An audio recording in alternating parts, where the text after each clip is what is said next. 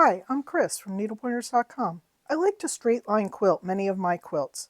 It's such an easy way to quilt, and you can vary the pattern to make each quilt unique. I usually do straight line quilting on my Bernina using my walking foot and guide bars. When using the guide bars, I only have to mark one line on my quilt. Then I can quilt all of the other lines using the guide bar to follow the first line.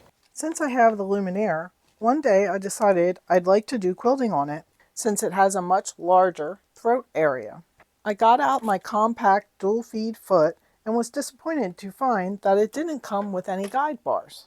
So I searched the internet to see if I could purchase a set for this walking foot. I kept finding this dual feed quilting guide, but no vendors said that these guides would work with my specific walking foot or the Luminaire. I couldn't find any videos showing these guide bars on my Luminaire walking foot either. I finally found an online version of this instruction sheet that I could read. This let me compare the photos of the connection to the foot. I was happy to see that the connection area for the guide bars looked the same on my foot as on the picture. So I purchased the bars and waited and hoped that they would work. I'm sure you've guessed by now, but the guide bars fit on my walking foot. So let me show you what you get in the package, how you put them on your foot, and how to use them. The package comes with a left and a right side guide bars, this guide base, and a screw. It also has instructions on how to use it. If your walking foot has a slot like this on the top of it, there's the other side is flat, and this side has a little slot.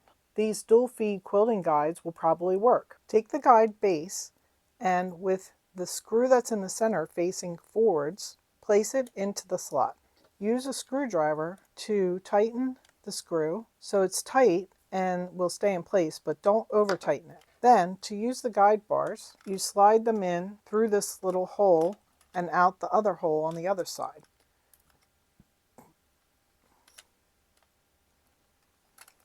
You can then adjust the width,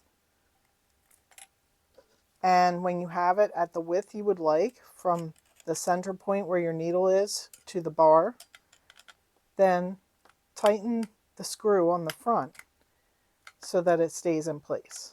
Let's look at this right side bar first. This has a dual guide. If you push it all the way in, you can use it when stitching your marked line.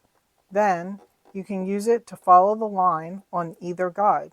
These two guides are 5/8 inch apart. The widest that it can measure is about 2 6/8.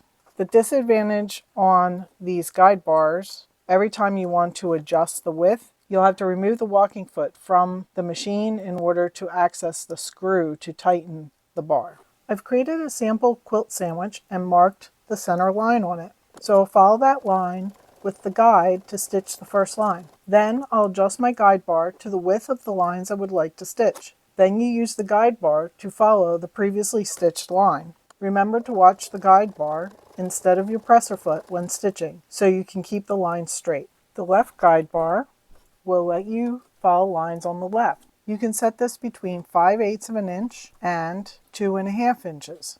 I wish it didn't have this bend because then you could have it be wider. I hope you enjoyed this video showing how the guide bars will fit on your Luminaire walking foot.